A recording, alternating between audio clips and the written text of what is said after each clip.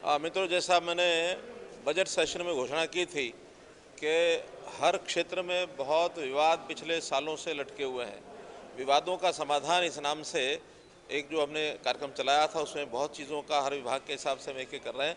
तो आज खनन विभाग की ओर से जो विषय आए थे वर्षों से लटके हुए, जो चाहे वो कोर्ट्स में लटके हैं, चाहे डिपार्टमेंट में लटके हैं, ऐसे विषयों के समाधान के लिए कुछ चीज़ें निर्णय की गई हैं। आज उनके जो कॉन्ट्रैक्टर्स थे उनके साथ बैठ करके विचार विमर्श करते हुए और फाइनल निर्णय करके वो सुविधाएं उनको बता दी गई हैं।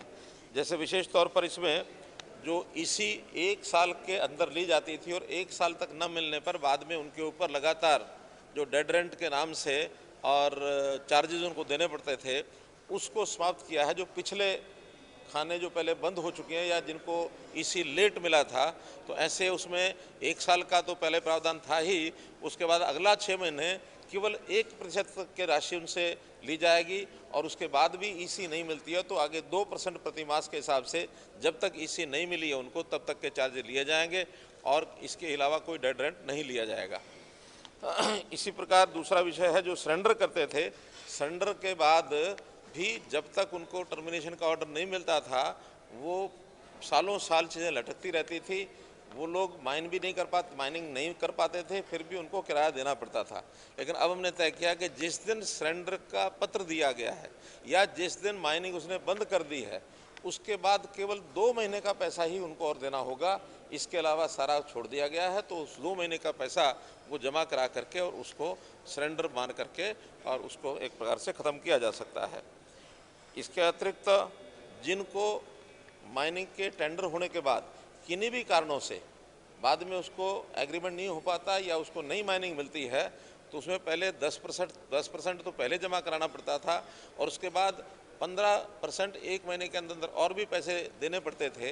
हालांकि उसने माइनिंग शुरू नहीं की है तो फिर भी वो पैसे का देनदार होता था। हमने उसमें केवल अब 10% ही रखा है कि जो टेंडर से पहले 10% जमा कराए गए थे वही फिर फॉरफिट होंगे और कोई पैसा उनसे चार्ज नहीं किया जाएगा। इसी प्रकार तीसरा जो विषय है, उसके अंदर अपना एरिया वो लोग कम करना चाहते हैं। कई बार बड़ा प्लॉट ऑक्शन में ले लेते हैं, लेकिन किन्हीं कारणों से उस पूरे एरिया को वो माइनिंग के लिए उपयोग नहीं कर पाते थे। कारण बहुत हैं, कहीं फॉरेस्ट है, कहीं लोगों का एतराज़ हो जाता है, कोई और इस प्रकार का कोई एरिया आ जाता है जिसके अंदर उनके लिए संभव नहीं होता है माइन करना। तो अगर 50% से नीचे एरिया वो छोड़ देते हैं तो उसके बाद बाकी बचे हुए क्षेत्र में जितना माइनिंग का स्कोप है 90% से ऊपर वो कर लेते हैं, तो उस प्रावधान के हिसाब से टोटल एरिया का उसका जो पैसा है, जितना उनकी क्वांटिटी मिली है उनको, क्वांटिटी के हिसाब से उसको प्रो रेटा कम कर दिया जाएगा, पूरा पैसा उनसे नहीं लिया जाएगा।